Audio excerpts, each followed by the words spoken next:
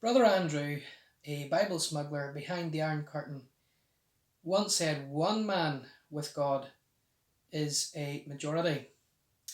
If ever you think of one man being a majority with God, then it really is Noah. And Noah and his wife and family, they knew what it was to be isolated, to be cut off and be separated from the rest of the world. Really, what I'm talking about here is a man who was shut in with God, with his wife and with his family for a long time indeed.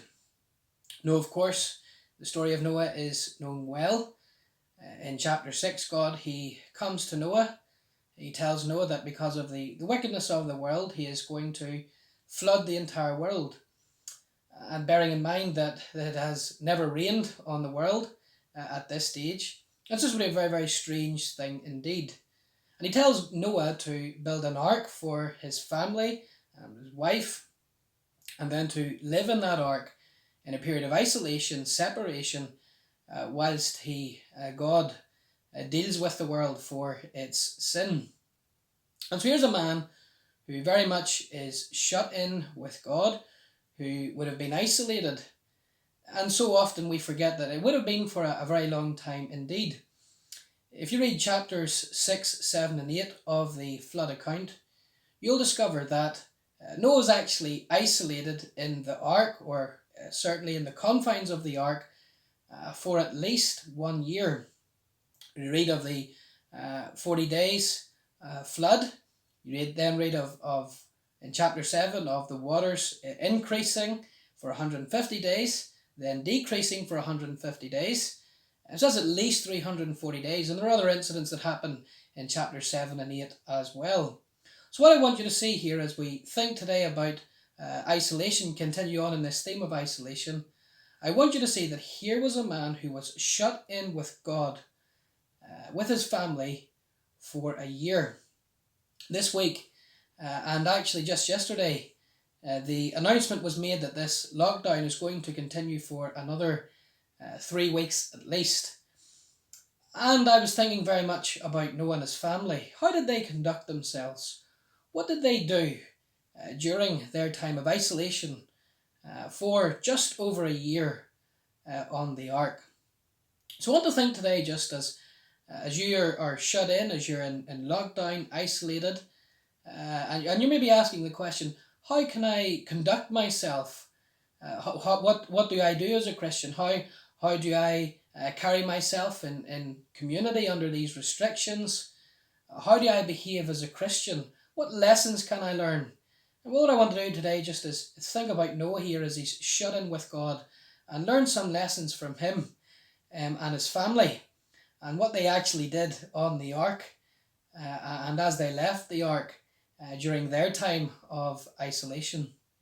Think today about a man then shut in with God. The first thing I think that Noah would have done with his family is that they would have been witnessing. They would have been witnessing. In 2 Peter chapter 2, we read in verse 5 that Noah was a preacher of righteousness. Whenever Noah was 500 years old, God came to him and God told him to build this ark. And the building of this ark would have been a long and a painstaking experience. And Noah obviously would have been preaching about the rains coming, the floods coming, warning people that they need to be safe, that they need to turn to the Lord, because he was going to judge them through the rains if they didn't. So Noah was very much a man who would have witnessed. But in chapter 7 verse 1, God commands Noah and his family then come in to the ark. But if you read chapter 7, go on to read chapter 7, in verses 4 through 10, you actually read of a 7-day period where Noah and his family didn't enter the ark, and possibly rain would have begun to fall then. Verses 11 to 15 then of chapter 7, you read of Noah and his family actually entering the ark. So what I want you to see here, and this is just me surmising, but I want you to see here that Noah, what was he doing? He was taking that one last opportunity, I believe anyway, of warning the people of what was coming. He would have possibly been pointing to the droplets of rain falling, and he would have been warning them to flee from the wrath to come. Then as they entered the ark, and as that door was shut, as they were safe, Noah and his family, what would they have been? They would have actually been a visible testimony to the safety and the security and shelter that is found in the Lord. They as a family then were a visible witness to the community around them as they were safe in the ark. The first thing I think we can do, and we should be doing as individuals like Noah and as families like Noah's family, is we are to be vocal and visible testimonies for the Lord Jesus in our time of isolation. How we do that, of course, we're limited, but there are still ways in which you can be a witness as an individual and indeed as a family. How you conduct yourself, for example, on a Sunday as a family, as you still endeavour to treat it differently at any other day of the week, that can be a visible testimony to the community around you. You can send Facebook messages, you can put up pictures of Bible verses on Instagram, you can send tweets. Young people, you can send text messages to your friends who are not Christians. Maybe send them Bible verses. Maybe tell them that you're praying for them. Even boys and girls, you can let your friends know, or get your parents to let your friends know about the FPC kids, Sunday school and so on. There are various ways in which we as families can be witnesses even during this time of isolation. So let's emulate, especially husbands and fathers here, let's take the lead in this, and let's emulate Noah in some small way, and even be preachers of righteousness as individuals, and also through our families as well during this time of isolation. So Noah's family, they were witnessing. I also believe that they would have been working. As you read the accounts of the flood, and especially read about the ark, you'll discover that they certainly would not have been idle for this year that they would have been in the ark, and as the rains began to fall and so on. The ark was 550 foot long and 50 feet tall. If you read carefully the Genesis account, you'll discover that there were also three different compartments or levels on the ark. And answers in Genesis have worked out that the ark would have been big enough to fit, now listen to this, up to 120,000 sheep-sized animals. 120,000 animals. I just want you to think about that for a moment. Let that fact settle in. As there was two of every kind of animals, and then obviously there were more. There were 7 of the clean animals, as you read of in the Genesis account. There was an awful lot of animals then brought into the ark. And that's the figures, up to 120,000 sheep-sized animals. That's an awful lot of livestock. And for Noah and his wife, Shem, Ham and Japheth, and their wives, that was an awful lot of work.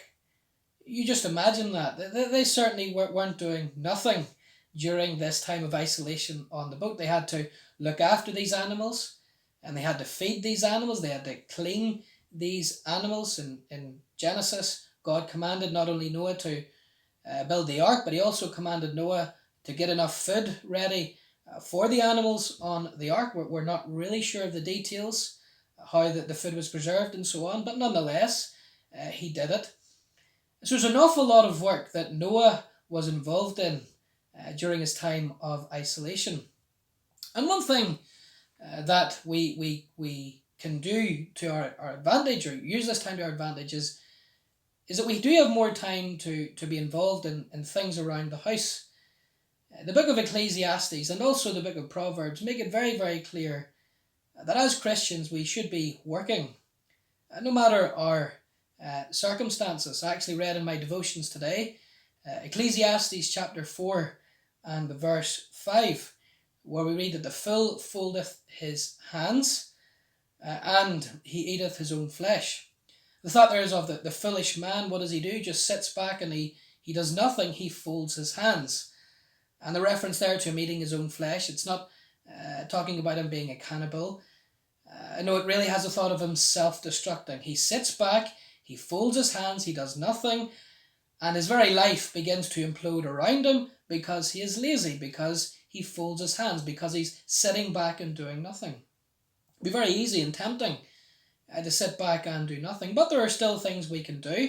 Many of you are still working in some way, and that's good if the Lord has permitted that and organised and orchestrated your circumstances.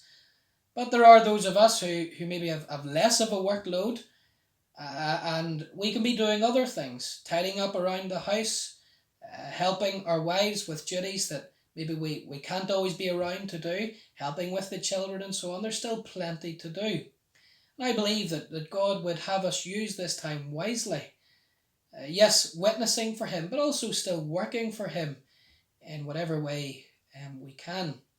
So Noah and his family, they were isolated, they were shut in with the Lord, they were witnessing, they were working, but I believe they were also waiting. In chapter 8 verse 1, we read of God remembering Noah. But prior to that, Noah had by this stage been on the ark for approximately 2/3 of a year. And when you read the chapter 7 carefully, you'll discover that Noah hasn't actually heard from the Lord for around about 5 months. Not one word. And I believe with my heart that Noah wouldn't have expected to have been in the ark for such a long time. 2/3 of a year. And yet day after day the rains fall. You hear the water outside. Nothing really changes. He just gets on with his life. And yet Noah, being the man of God that we know him to be, as he's found in the Bible, I believe that all the while, whilst he would have been frustrated, he would have been waiting just to hear from the Lord, waiting to hear of this judgment passing, this time of isolation passing. Psalm 40 tells us in verse 1 that I waited patiently for the Lord, and he inclined unto me and heard my cry. Noah would have been gathering his family around and praying with them, praying for them, and in general just encouraging them to be patient, to wait patiently on the Lord, to bring the matter to him, knowing that in due time that he would stop the flood and they would come again to dry land. And as Christians, that's where we are. We would love COVID-19 and its effects, its consequences to be over in an instant. But God has brought this time and he has brought us to this place. Why? To wait on him. As I said in a previous post, to wait upon him. To strengthen your prayer life and to strengthen our grip that we have upon the Lord. And so, child of God, I encourage you, just keep waiting. Yes, it's hard. At times we're being tested. We find the way going difficult. But continue just to wait upon the Lord, because God in due time will remember us. And remember this world. You read in Genesis of God sparing Sodom and Gomorrah for the sake of the righteous there. Of course, Lot and so on. And God will remember this earth because of his people on this earth. God will remember this earth for the sake of his own people here. Continue to remember, continue to pray, and wait upon him. In due time he will accomplish his purposes through COVID-19. So Noah and his family would have been working and witnessing and waiting. But then lastly, I want you to see that as they left the ark, they were found worshipping. In chapter 8 verse 20, as they left the ark, the first thing that Noah does is he builds an altar to the Lord. He comes before God and obviously he thanks the Lord for his preservation, for his protection, for his presence throughout the whole thing. Child of God, when this all blows over, ensure that you get back to the place of worship. And ensure that you come before God and you thank him. You know, if I was Noah, you would be wondering about so many things. You imagine exploring the new world as it would have been then, and the excitement. And yet, what does Noah do before he gets to that? Before he sets about the business of replenishing the earth and working the new earth, he builds an altar to the Lord. He's in the place of worship. Child of God, when all of this blows over, ensure that you go back to the place of worship with a spirit of worship, and you worship him in spirit and indeed in truth. We're all looking forward to the day when we get back to church. Let's have the attitude of Psalm 27, where we love the house of God, and we love to inquire of the Lord in the house of the Lord. So here's a man, Noah, and his family. They were shut in with God. They were isolated for just over a year. And I trust these few lessons will be a blessing to you as you continue on during this time of isolation.